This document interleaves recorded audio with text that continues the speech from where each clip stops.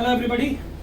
Last time हम लोगों ने सिंगल लीनियर इनइक्वालिटी को ग्राफ पे ड्रॉ करने का काम किया था। आज उसी कॉन्सेप्ट को फर्दर एक्सटेंड कर रहे हैं, 6.3 एक्सरसाइज कर रहे हैं, जिसमें एक से ज़्यादा लाइनें दी हुई होंगी, बल्कि बेसिकली एक से ज़्यादा इनइक्वालिटीज दी होंगी। उनको साइमल्टेनियसली सिंगल ग्राफ पेपर पे बनाना है। तो अभी आज की जो क्लास का हम काम कर रहे हैं, इसका नोट्स करते टाइम तो आप रफ कॉपी पर वैसे ही बना सकते हैं ग्राफ, लेकिन जब आप एक्सरसाइज करें 6.3 पर तो प्रॉपर A4 साइज के ग्राफ्स पर ही करें, और वो भी उसे लैंडस्केप मोड में, पोर्ट्रेट में नहीं, ऐसे बोर्ड्स में इसी तरीके का A4 साइज का ग्राफ होता है। आपके पास ग्राफ पैड्स मिलती हैं, तो कंजूसी मत कीजिएगा। ऐसा ना हो कि एक कॉपी वाला छोटा ग्राफ लिया या उसकी भी 4 पर्चियां आपने बनाई और फिर ड्रॉ किया। प्रॉपर पूरा A4 साइज का लैंडस्केप में रख के उसी पर ही ड्रॉ करना है, वो भी with centre partition. It is clear? तो अब ग्राफ का काम बता रहे हैं, graphical solution of inequality. Graphical solution of inequalities, और इनइक्वालिटीज भी कौन सी? लीनियर। अब ये एक्स एक्सिस है, ये एक्स डैश, ये वाई, ये वाई डैश, ये ओरिजिन। ये चीज है आपके पास फर्स्ट क्वाड्रेंट। फर्स्ट क्वाड्रेंट में एक्स भी पॉजिटिव होता है, वाई भी पॉजिटिव होता है, इसलिए इसे लिख देते हैं x greater than 0, y greater than 0। या इस बात को ऐसे भी लिखा जाता है x comma y greater than 0। दोनों में से कोई भी बात लिखी हुई हो, इसका मतलब है first quadrant. X comma y greater than equal to 0 लिखा हो, या x greater than 0, y greater than 0 दोनों लिखे हुए हो, इसका मतलब है फर्स्ट क्वाड्रेंट। समझ में आ गई बात? लाइनें ड्रॉ करनी हमने ऑलरेडी पहले सीख रखी है। एक बहुत हल्का सा रीकैप दे रहा हूं आपको। जैसे सपोज करो आपसे कहा गया 2x + 3 < 0, y is greater than equal to 4, x + 2y is less than 0, y is greater than 2x, x + y less than 6, and y is greater than equal to 8 - 2x। जैसे ये कुछ एक लाइनें दी हुई हैं। अब मुझे आपसे सिर्फ इतना पूछना है कि ये लाइन कैसी लाइनें होंगी। ड्रॉ नहीं करना है आपको सिर्फ ये पता होना चाहिए कि ये लाइन कैसी होंगी, एक्स के पैरेलल, वाई के पैरेलल, ओरिजिन से पास करेंगी या ओब्लिक लाइन। तो एक हल्का सा क्राइटेरिया जो हमने पिछली क्लास में करा था, दोबारा रिपीट कर रहा हूँ कि सबसे पहले हम देखते हैं वेरिएबल। कितने वेरिएबल?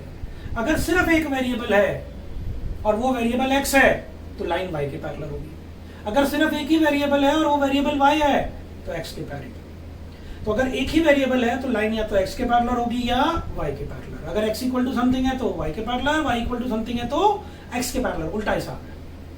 अगर सिर्फ दो वेरिएबल है, प्योर कांस्टेंट नहीं है, समथिंग ऑफ x प्लस या माइनस समथिंग ऑफ y, आगे कोई और चीज नहीं है, इक्वल टू 0 है या ग्रेटर देन इक्वल टू 0 है, तो वो लाइन ओरिजिन से पास होने वाली लाइन। अगर तीन चीजें हैं, x वाली चीज भी है, y वाली चीज भी है और कांस्टेंट भी है, x, y और कांस्टेंट, तीन चीजें हैं, तो वो लाइन ओब्लीक लाइन जाएगी, उसको इंटरसेक्ट फॉर्म से। तो अगर आप ध्यान से देखें तो देखिए इस लाइन में सिर्फ एक वेरिएबल है, और वेरिएबल क्या है? x। तो ये line x equal to something वाला स्ट्रक्चर दे रही है तो y के पैरेलल होगी। यहाँ अगेन एक ही वेरिएबल है, कौन सा वेरिएबल? y। तो ये y इक्वल टू समथिंग है तो ये लाइन x के पैरेलल जाएगी। यहाँ पर x और y दो वेरिएबल हैं, लेकिन प्योर कांस्टेंट टर्म अलग से नहीं है, तो सिर्फ x वाली टर्म है, सिर्फ y वाली टर्म है, तो ये लाइन ओरिजिन से पास करेगी। सिमिलरली यहाँ भी y वाली टर्म है, x वाली टर्म है, सिर्फ दो ही टर्म है, ये लाइन भी ओरिजिन से पास करेगी। यहाँ x भी है, y भी है, कांस्टेंट भी है, ओब्लिक लाइन, y भी है, x भी है, कांस्टेंट भी है, तीन टाइप की चीजें हैं, ओब्लिक लाइन। जिसमें खाली लेस देन लिखा है या खाली ग्रेटर देन लिखा है, जैसे यहाँ पे खाली लेस देन है या खाली ग्रेटर देन है या खाली लेस देन है, इसमें डॉटेड लाइन खींचनी पड़ेगी। समझ में आ गई बात? यहाँ तक क्लियर है? अब क्वेश्चन का काम कर रहे हैं। क्वेश्चन कोई बहुत मुश्किल नहीं है, बस आपको थोड़ा स्किल अप्लाई करनी है, जरा काम नीट होना चाहिए। पेंसिल अच्छी शार्प यूज कीजिए, बहुत हाई फाई पेंसिल यूज करने की जरूरत नहीं, अपनी नॉर्मल HB की जो पेंसिल है वो यूज करिए। जहां तक हो सके कोशिश करिए ग्राफ पे इरेजर का यूज ना हो। इवन पेंसिल का यूज करने का पर्पस ये होता है कि थोड़ा हल्के हाथ से खींचिए, लाइन को बहुत ज्यादा गहरी खींचने की जरूरत नहीं, क्योंकि अगर आप इरेजर यूज करेंगे तो वरना ग्राफ के निशान भी मिट जाते हैं। तो देखिए जरा दो ग्राफ बना के बता रहा हूँ। अच्छा, एक ना कई बार हमें प्रॉब्लम आती है थोड़ी सी स्केलिंग की, कि ग्राफ में स्केल कैसे यूज करें। अब क्योंकि ये चीज आपके 2 साल काम में आ रही है, तो जरा ग्राफ का पोजीशन जरा ध्यान से समझ लीजिए। मैंने आपको बताया कि आपको A4 साइज का ग्राफ हॉरिजॉन्टल में लेना है, हमें सेंटर पार्टीशन करना है। देखिए यहां पर ना नॉर्मली लगभग 19-20 बॉक्स आते हैं A4 साइज में। तो जब आप इसका पार्टीशन करेंगे तो 10 बॉक्स लगभग ऊपर होंगे, 10 बॉक्स नीचे। यहां पर लगभग 23 के करीब आते हैं।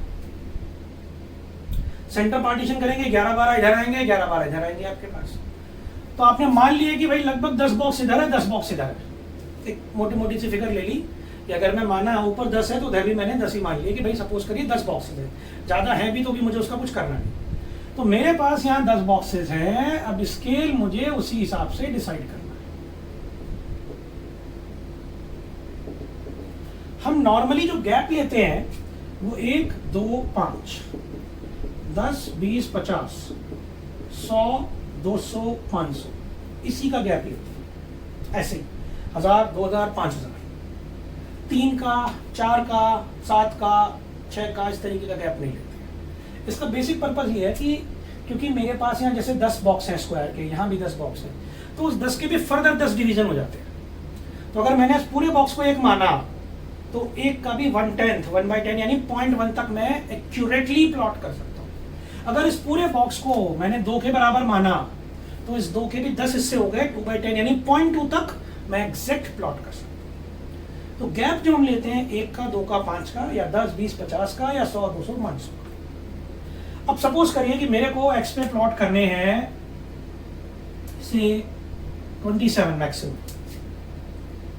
अब मेरे पास 10 बॉक्स है, तो 27 डिवाइड बाय 10 कितना आया?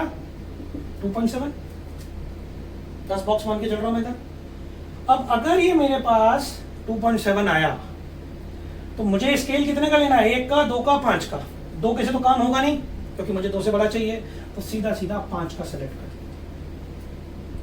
ये बात जरा इंपॉर्टेंट है, ध्यान से समझ लीजिए। सीधा 5-5 का गैप लेके चलेंगे, यानी जितना आपको चाहिए या तो उतना मिल जाए, नहीं तो उससे जो बड़ा लेवल पड़ता है इमीडिएटली वो ले लीजिए। बहुत बड़ा स्केल लेने की जरूरत नहीं है कि एक बॉक्स को मैं 10-10 का मान लूंगा या 20-20 का मान लूंगा।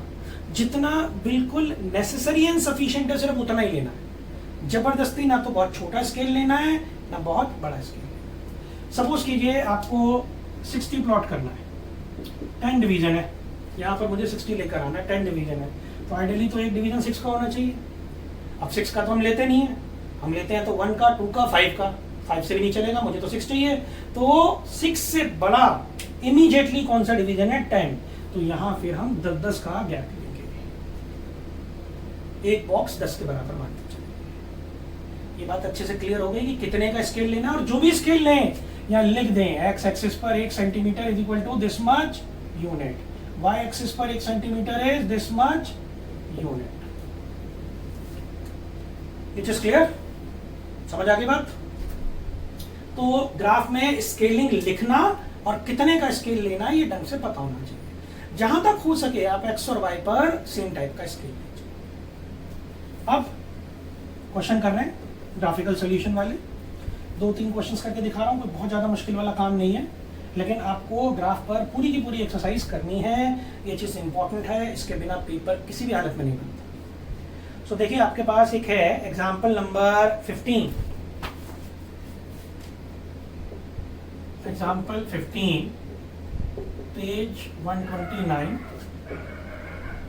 Solve graphically x plus 2y less than 8, 2x plus y less than 8 and x greater than 0, y greater than 0. x greater than 0, y greater than। अब बेटा ये जो लास्ट लाइन लिखी है इसका मतलब है x भी पॉजिटिव है, y भी पॉजिटिव है। दैट मीन्स फर्स्ट क्वाड्रेंट से बाहर नहीं निकलना है। ठीक, जो भी बनेगा फर्स्ट क्वाड्रेंट में बनेगा, उससे बाहर नहीं जाएंगे। अब ये एक लाइन है, ये एक लाइन है, दोनों को अलग अलग प्लॉट करना, मतलब इनका आइडिया लेना, बनाना एक ही ग्राफ पर है। तो ये हमने ग्राफ ले लिया। अच्छा एक बात ध्यान रखिएगा, जैसे हमने तो आपको बोला है सेंटर पार्टीशन करने के लिए, क्योंकि 99% क्वेश्चन में फर्स्ट क्वाड्रेंट आता है, इसलिए कई बार लोग कॉर्नर पार्टीशन भी कर लेते हैं। इससे वाई एक्सिस के लिए भी ज्यादा बॉक्सेस अवेलेबल हो जाते हैं, एक्स एक्सिस के लिए भी ज्यादा बॉक्सेस अवेलेबल हो जाते हैं, लेकिन ग्राफ ना बहुत फैल जाता है, बड़े स्केल की बहुत ज्यादा जरूरत पड़ती है। वैसे स्केल आपको पक्का बड़ा ही लेके रखना है, पेंसिल एचपी की रखिए, इरेजर अच्छा रखिए वाइट वाला, जिससे कि निशान कम से कम आए। और स्केल डेफिनेटली स्टील वाला स्केल मत यूज कीजिए, प्लास्टिक का 1 फुट वाला स्केल ही यूज कीजिए, ताकि एक ही बार में एच टू एच लाइन खींच जाए। तो हम फिलहाल करेंगे सेंटर पार्टीशन, कॉर्नर पार्टीशन पे नहीं जाएंगे। सो पहली लाइन है अब आपके पास x plus 2y equal to less than equal to 8, तो पहले लेस देन छोड़ा, इक्वल टू 8 करा। सिमिलरली यहाँ पर 2x plus y less than equal to 8, x भी है, y भी है, कांस्टेंट भी है, तीनों चीजें हैं। तीनों चीजें, इसका मतलब ओब्लिक लाइन बनेगी। ओब्लिक लाइन बनेगी, इसका मतलब इंटरसेक्ट फॉर्म लगा सकते हैं, डिवाइड बाय 8। जब 8 से डिवाइड करा, ये सेम चीज यहाँ पर ओब्लिक लाइन बनेगी, x भी है, y भी है, कांस्टेंट भी, डिवाइड बाय 8। अब पहले ये लाइन ड्रॉ कर रहा हूं, 8 और 4। मुझे मैक्सिमम x के लिए 8 चाहिए और मैक्सिमम y के लिए भी 8 ही चाहिए।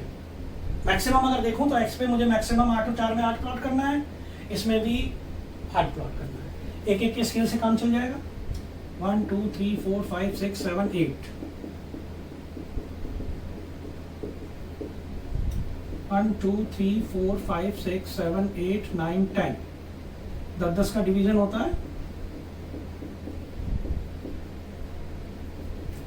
स्केल मेंशन कर दिया आपने, स्केल जरूर मेंशन कीजिए। ये ग्राफ के लिए प्री रिक्विसाइड है, ये लेवल पे डिपेंड नहीं करता कि आप कौन से लेवल के लिए हैं। जब भी आप ग्राफ बनाएं हमेशा स्केलिंग इंडिकेट करनी जरूरी है।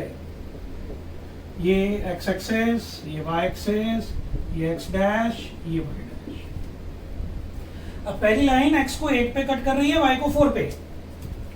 एक्स को 8, वाई को 4, लंबे स्केल से ज्वाइन कर दिया आपने, और इसको पूरा एज टू एज आगे बढ़ाइए। ये जो बड़े वाला स्केल बोला है उसका पर्पज ही है आपके पास कि आप इसे एज टू एज पूरा आगे बढ़ाएं। बस इतनी जगह छोड़िए ताकि आप लाइन की इक्वेशन लिख सके।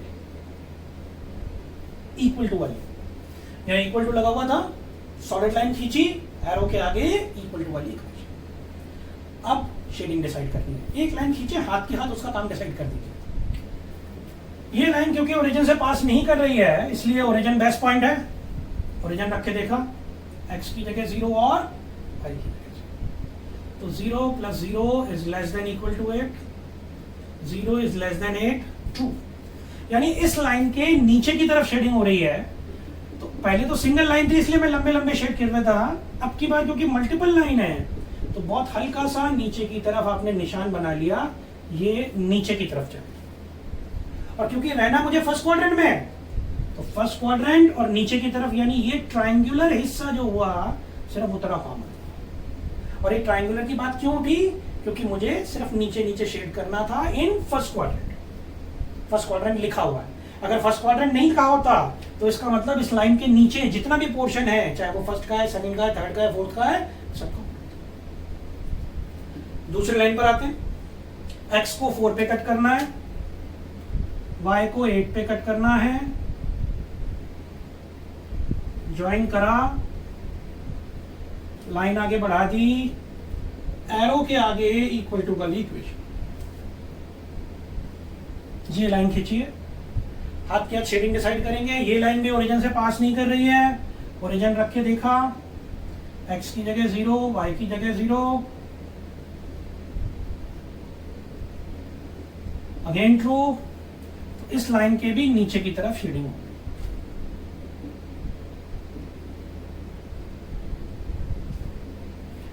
रहना इसमें भी फर्स्ट क्वाड्रेंट में है, तो इस लाइन के नीचे फर्स्ट क्वाड्रेंट में ये लंबे वाला ट्रायंगल बन रहा है, ऊंचे वाला। इसके लिए ये चौड़े वाला ट्रायंगल बन रहा है। तो देखिए बेटा, इसके भी नीचे शेडिंग है, इसके भी नीचे शेडिंग है, रहना फर्स्ट क्वाड्रेंट में है, तो ओवरऑल जो कॉमन हिस्सा हुआ वो सिर्फ ये वाला हिस्सा। ये जो पोर्शन है ये आपको थोड़ा बॉर्डर क्लियर कर देने, अगर बाउंडेड एरिया है इसको ओ ए बी सी नाम दें। और आपका आंसर हुआ ओ A B C. O A B C, आप चाहे तो क्लोज फिगर है, इज रिक्वायर्ड सॉल्यूशन और फिजिबल सॉल्यूशन एरिया या फिजिबल रीजन, कोई भी नाम यूज कर लेते हैं। फिजिबल का मतलब वही है सॉल्यूशन एरिया। फाइनल आंसर आपका इस एरिया। तो दोनों कंडीशन को सेटिस्फाई करने वाला एरिया ये हुआ। और दोनों भी नहीं बल्कि 3 कंडीशन है, एक ये लाइन है, एक ये लाइन है, और ये फर्स्ट क्वाड्रेंट का होना भी अपने आप में एक कंडीशन है। एक बात ध्यान रखनी है, अगर बाई चांस इसी क्वेश्चन में मैंने फर्स्ट क्वाड्रेंट वाली बात नहीं कही होती, देखिए जरा, तो पहली लाइन ऐसे गई, इसके नीचे की तरफ शेडिंग थी, दूसरी लाइन अगेन ऐसे गई, इसके भी नीचे की तरफ शेडिंग थी, ठीक है। अब क्योंकि फर्स्ट क्वाड्रेंट का चक्कर नहीं है तो दोनों लाइनों के नीचे की तरफ रहना है, तो फिर ये पूरा हिस्सा शेड होता। अभी तो उन्होंने फर्स्ट क्वाड्रेंट का कैपेट लगा दिया था, इसलिए यहीं पर ही एल्बो खिंच गई हमारे पास, ये सिर्फ ये हिस्सा।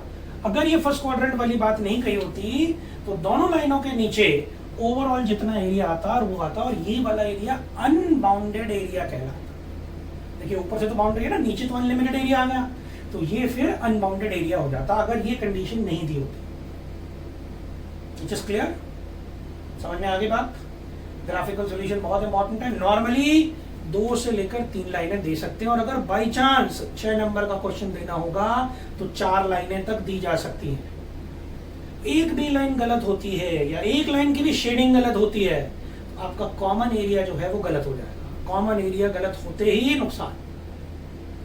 आप ये लगा लीजिए, एक लाइन की करेक्ट शेडिंग, लाइन खींचना और करेक्ट शेडिंग लगभग 1 नंबर का मामला है। आधे नंबर की लाइन, आधे नंबर की शेडिंग। ओवरऑल जो आपने फिजिबल रीजन मार्क करा उसका फर्दर 1 नंबर। तो अगर आपने एक लाइन भी गलत खींच दी तो उस लाइन के खींचने के नंबर गए, शेडिंग के नंबर गए, फिजिबल रीजन गलत हो गया, कम से कम 2-2.5 नंबर का आपका नुकसान हो गया। ये जस्ट क्लियर, तो ध्यान से खींचेगा, एक लाइन भी गलत नहीं होनी चाहिए। ग्राफ पे लाइन खींचने से पहले मेंटली एक बार ग्राफ दिमाग में ड्रॉ जरूर कर लीजिएगा कि लाइनें कैसे जा रही है। और देखिए जरा,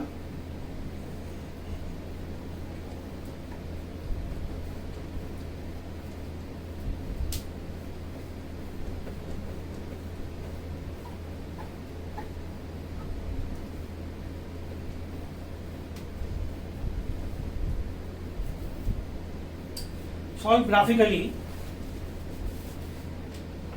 एक बहुत इंपॉर्टेंट क्वेश्चन है आपके पास, क्वेश्चन नंबर 14, पेज 129।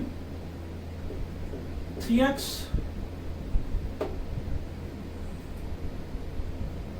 इससे पहले 13th क्वेश्चन करते हैं, बल्कि 4x plus 3y is less than equal to 60, y is greater than equal to 2x, x is greater than this and x comma y greater than equal to 0।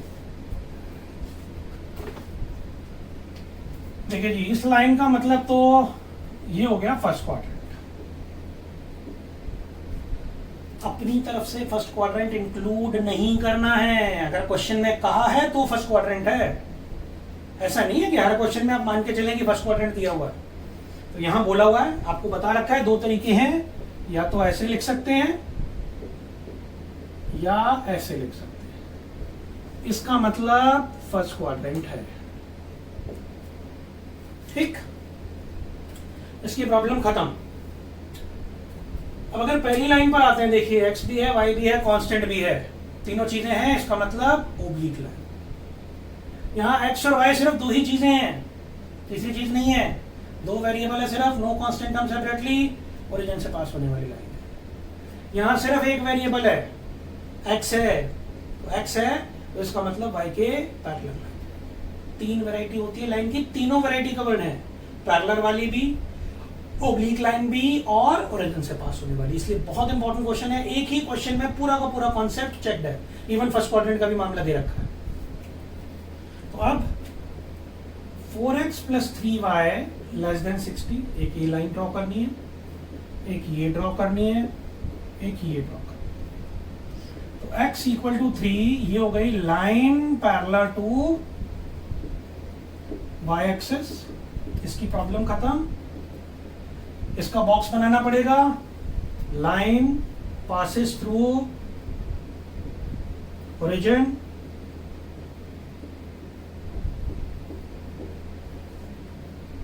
ये point, 2 point काफी होते हैं वैसे, और ये चीज ओब्लिक लाइन।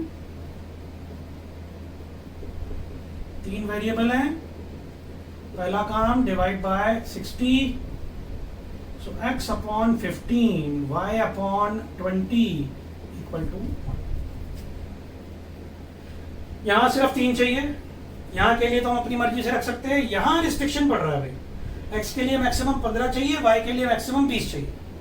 तो हम मैक्सिमम के हिसाब से चलते हैं भाई, मैक्सिमम मुझे 20 प्लॉट करने पड़ सकते हैं। तो आपको पता है एक तरफ हमारे पास 10 होते हैं, तो 20 की मुझे मैक्सिमम जरूरत है, 10 बॉक्स में डिवाइड करता हूं तो 2 का 1 बॉक्स हो गया। अच्छा 2 का हम डिवीजन लेते हैं, हम डिवीजन कितने का लेते हैं, 1 2 5 इस तरीके से लेते हैं। तो ये आपके पास 2 का गैप है।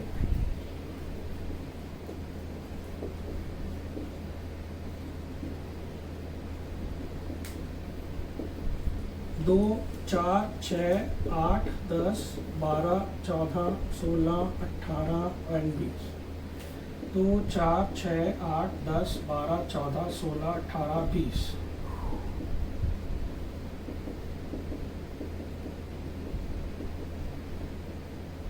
ये है जी। अब x को लेना है 15 और y को लेना है 20। x को लेना है 15 और y को लेना है 20। ये लाइन आ गई, इन दोनों को ज्वाइन कर दिया।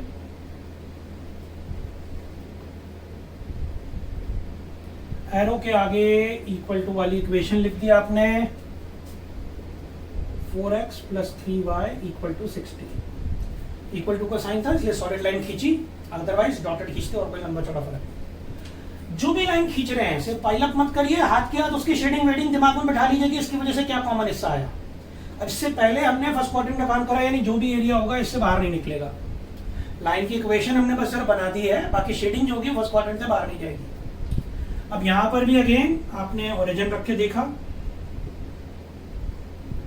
4 × 0 3 × 0 0 < 60 ट्रू, यानी ओरिजिन सेटिस्फाई कर रहा है, यानी टुवर्ड्स द ओरिजिन शेडिंग होगी।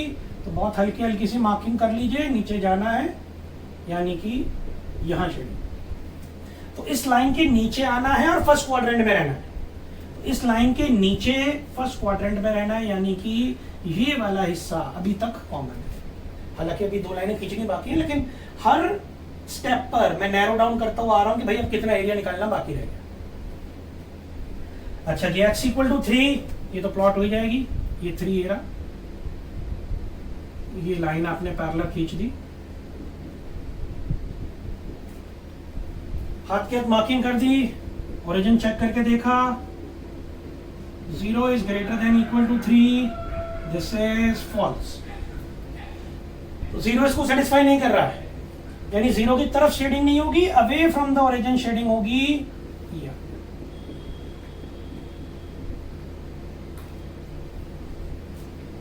देखिए इससे इधर आ रहा था, इससे इधर जा रहा हूं, रहना फर्स्ट क्वाड्रेंट में, यानी नैरो डाउन होके अब तक ये वाला एरिया बच गया। इस लाइन से उस तरफ जा रहा हूं, इससे इधर आ रहा हूं, रहना फर्स्ट क्वाड्रेंट में। तो ये जो छोटे वाला रिड्यूस ट्राइंगल है, ये अभी तक आंसर है। स्केल लिखा होना चाहिए था, स्केल हाथ के हाथ लिख दीजिए। हमने 2 का गैप लिया हुआ है, 1 centimetre 2 unit, similarly 1 centimetre 2 unit.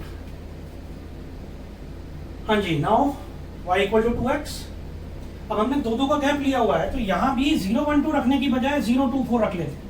जितने जितने का गैप होता है ना उसी के हिसाब से रख लेते हैं। अगर 10-10 का गैप होता तो 0, 10, 20, 30 इस तरह से वैल्यू रख लेते हैं ताकि प्लॉटिंग करने में आसानी रहती है। 4, 8, 0, 0, 2, 4, 0, 0, 2, 4 एंड 4, 8। तो ये जो लाइन बनी आपकी, ये ओरिजिन से पास होने वाली लाइन है, ये आपने मार्क कर दी 2x। शेडिंग चेक कर रहा हूं। अब देखिए बेटा, ये लाइन ओरिजिन से पास कर रही है तो ओरिजिन तो रख नहीं सकता हूं। तो जब ओरिजिन नहीं रखते हैं तो कौन से रखते हैं? हम 1, 0 रखते हैं, जो पहला पॉइंट होता है। अब यहाँ पहला पॉइंट क्या है? 1, 0 नहीं है, पहला पॉइंट क्या है? 2, 0। तो आपने 2, 0 रख के देखा x और y की जगह। नीचे लिख लिया कीजिए कि कौन सी चीज x की जगह रख रहे हैं, कौन सी जगह y की, ताकि कोई भी डाउट ना रहे। 0 is greater than 4, false. 0 greater than 4, this is false. यानी कि ये वाला पॉइंट सेटिस्फाई नहीं कर रहा है, यानी इस लाइन के नीचे शेडिंग नहीं होगी, ऊपर शेडिंग।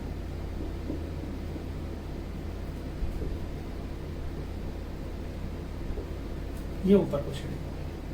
देखिए, इससे पहले मेरे पास पहले फर्स्ट क्वाड्रेंट था, फिर बड़े वाला ट्रायंगल आया, फिर रिड्यूस ट्रायंगल आया, अब इसके ऊपर को शेडिंग गई। तो अल्टीमेटली इन सारी लाइनों से बना हुआ जो कॉमन रीजन आया वो ये है, A, B, C। उस एरिया को थोड़ा ढंग से शेड कर दीजिए और कहीं शेडिंग करने की जरूरत नहीं, और उसके कॉर्नर पॉइंट्स के नाम लिख दीजिए, कोऑर्डिनेट लिखने की जरूरत नहीं है।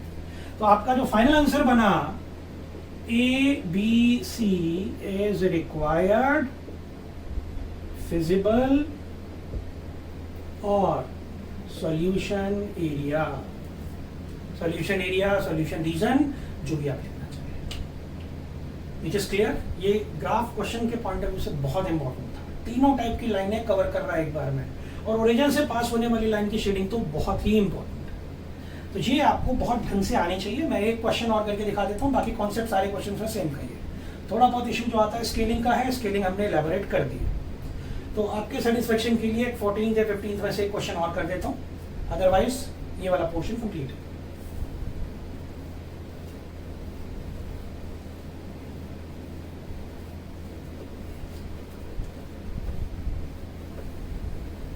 स्केल लिखना किसी भी हालत में मत पूछिएगा, भूलिएगा, और इक्वेशन जरूर लिखी होनी चाहिए एरो के आगे। एक क्वेश्चन और देख लेते हैं दोनों में से, 14th और 15th में। 14th कर लेते हैं। 14th में स्केलिंग की ज्यादा जरूरत पड़ रही है। 10 less than 150, x plus 4y less than 80, x less than 15, y greater than 0, x greater than 0। बेटा इसका मतलब तो फर्स्ट क्वाड्रेंट हो ही गया। 3 लाइनें हैं, इसमें तीनों चीजें हैं। ओब्लिक लाइन, इसमें तीनों चीजें हैं। ओब्लिक लाइन, इसमें सिर्फ एक वेरिएबल है, वो भी x, यानी पैरेलल टू एक्सिस। ठीक है जी, ग्राफ बनाना है। स्केल अभी डिसाइड कर लेंगे, x dash, y dash, y and this. Scale लिखा, x एक्सेस 1 सेंटीमीटर अभी मार्क कर लेंगे, y axis 1 centimetre further mark. पहली लाइन ली, तीनों चीजें हैं तो ओब्लिक लाइन है। डिवाइड बाय 150, x और y एक तरफ रखे, कांस्टेंट सामने जो भी है उससे डिवाइड करा, तो x बाय 50, y बाय 75, यानी अभी 75 की सबसे ज्यादा जरूरत पड़ने वाली है। दूसरी लाइन भी देख लेते हैं, एक ही बार में डिसाइड करके स्केलिंग ले लेंगे। तो x plus 4y equal to 80, इसमें भी ओब्लिक लाइन है, 80 से डिवाइड करा तो 50, 75, 80, 20। x और y पे क्योंकि हम नॉर्मली सेम लेते हैं, तो इन सब में जो मैक्सिमम वैल्यू होगी मुझे उसकी जरूरत पड़नी है। अच्छा, एक चीज और है, x लेस देन 15, तो तो 15, 80, 20, 70, 55 इनमें 80 सबसे बड़ी फिगर है। तो 80 के अगर मैं 10 बॉक्स में डिवाइड करता हूं तो एक बॉक्स मेरा 8 का बनता है। लेकिन हम बॉक्स कितने का बनाते हैं, या तो 1 का, 2 का, 5 का, नहीं तो 10, 20, 50 एंड सो ऑन।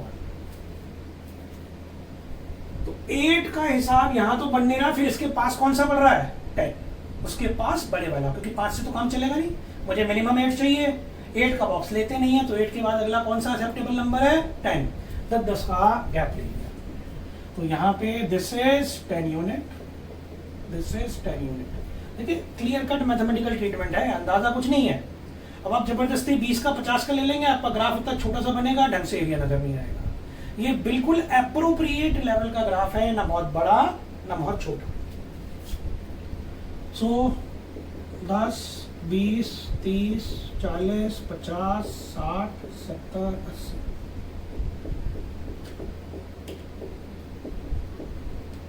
बाकी किसी जगह नंबरिंग लिखने की कोई खास रिक्वायरमेंट नहीं है, आप लिखना चाहें लिख दे, और ना ऐसी कोई दिक्कत नहीं, उसके कोई नंबर नहीं कटेंगे। x को 50 पर, y को 75 पर। ये पहली लाइन है, पहले एक लाइन का काम फ्री करिए, उसके बाद दूसरी लाइन पे जाएंगे। सो 3x + 2y = 150। ध्यान रखना है, घर पर जब एक्सरसाइज करेंगे A4 साइज के ग्राफ पे पेंसिल स्केल का यूज करके ही करनी है। अभी नोट डाउन करते हुए आप चाहें फ्री हैंड बना लें। हाँ जी, शेडिंग चेक करनी पड़ेगी। अब रहना मुझे फर्स्ट क्वाड्रेंट में, तो इस लाइन की जहां कहीं भी शेडिंग होगा रहूंगा मैं फर्स्ट क्वाड्रेंट। तो आपने ओरिजिन रख के देखा, क्योंकि लाइन ओरिजिन से पास नहीं कर रही है। 3 × 0 + 2 × 0 > 150। दिस इज ट्रू, यानी इस लाइन के नीचे की तरफ शेडिंग हो जाएगी। अब क्योंकि रहना फर्स्ट क्वाड्रेंट में है, तो अभी एट प्रेजेंट अगर मैं पूछूं कि कितना कॉमन रीजन है, तो सिर्फ ये ट्रायंगुलर पोर्शन बना। सेम चीज दूसरी लाइन, x को 80, y को 20।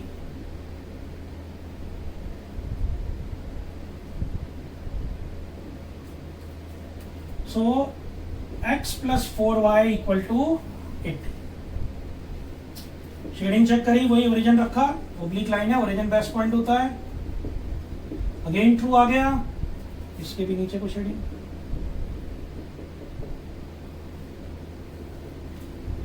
इसके लिए ये पतले वाला लंबा ट्रायंगल बना, तो नीचे की तरफ शेडिंग, इसके लिए इधर। यानी अभी अल्टीमेटली फिलहाल ये वाला हिस्सा जो है वो दोनों को सेटिस्फाई कर रहा है। क्वाड्रिलेटरल का जो बन रहा है ये। तीसरी लाइन पर आते हैं, x = 15। ये 10 है, ये 20 है, x = समथिंग है, यानी line parallel to y axis.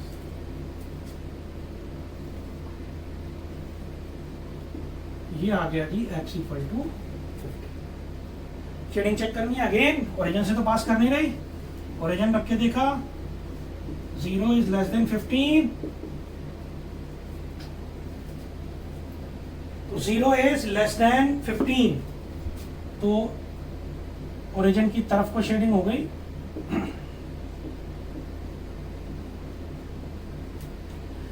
अब देखिए, फर्स्ट क्वाड्रेंट का मतलब इधर रहना था, लाइन का मतलब नीचे आया तो ये वाला हिस्सा बना, दूसरी लाइन खींचने से सिर्फ ये वाला हिस्सा। अब इस लाइन से इधर की तरफ शेडिंग हुई, तो अल्टीमेटली आपके पास जो कॉमन रीजन बना वो सिर्फ और सिर्फ ये वाला हिस्सा, जो सारी कंडीशन को मान रहा है। इस लाइन के भी नीचे, इस लाइन के भी नीचे, इससे इस तरफ और फर्स्ट पॉइंट, इसके एंड पॉइंट के आप नाम लिख सकते हैं।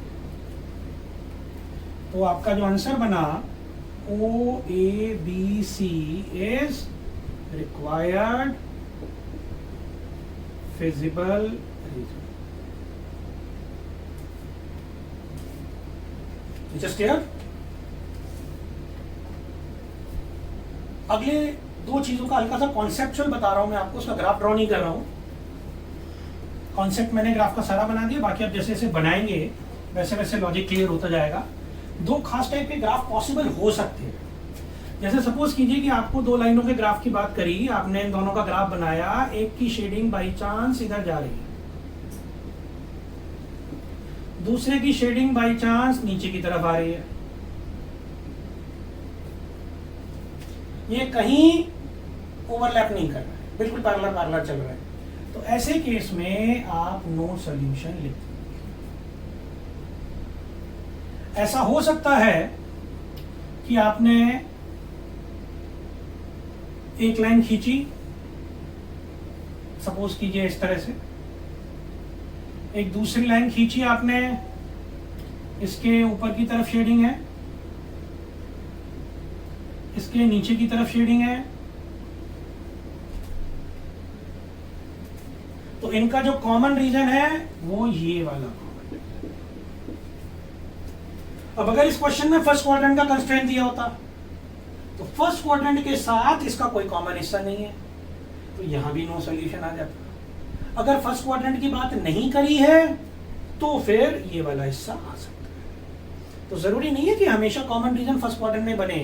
फर्स्ट क्वाड्रेंट का कंसिडरेशन तब होगा जब फर्स्ट क्वाड्रेंट की बात है। तो अगर मैंने ये दोनों लाइनें बनाई और मैंने फर्स्ट क्वाड्रेंट वगैरह कुछ नहीं बोला तो ये कॉमन रीजन हो गया। अगर इसके साथ मैंने फर्स्ट बोल दिया तो फर्स्ट की भी बात ध्यान रखनी है और इसकी बात ध्यान रखनी है, कोई कॉमन नहीं। इसके अलावा कभी कभी ऐसा भी हो सकता है कि आपने लाइनें खींची, इसके लिए भी ऊपर की तरफ शेडिंग, दूसरी एक और लाइन खींची, इसके लिए भी ऊपर की तरफ शेडिंग, और फर्स्ट क्वाड्रेंट में रहना है। तो दोनों लाइनें और फर्स्ट क्वाड्रेंट में रहना है, तो ये वाला हिस्सा आ सकता है अनबाउंडेड एरिया।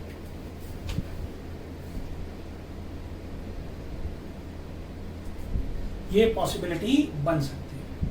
तो फर्स्ट क्वाड्रेंट की कंसिडरेशन आप वहीं लगाइएगा जहां फर्स्ट क्वाड्रेंट की बात करिए, अदरवाइज आपके पास फ्री फॉर ऑल है, जो कॉमन मोस्ट एरिया है वो मार्क कर दीजिए। तो अनबाउंडेड एरिया भी आ सकता है, नो सॉल्यूशन भी आ सकता है, और ऐसा हो सकता है कि जो कॉमन एरिया हो वो फर्स्ट क्वाड्रेंट से बाहर करिए। तो ये जितने भी क्वेश्चन हैं, आपको जो काम करना है वो एक्सरसाइज 6.3 विद एग्जांपल्स करनी है।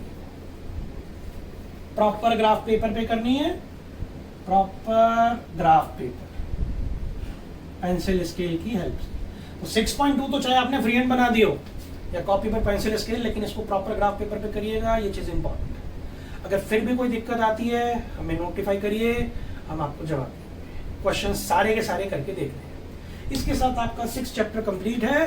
नेक्स्ट टाइम हम नया चैप्टर शुरू करेंगे। Thank you.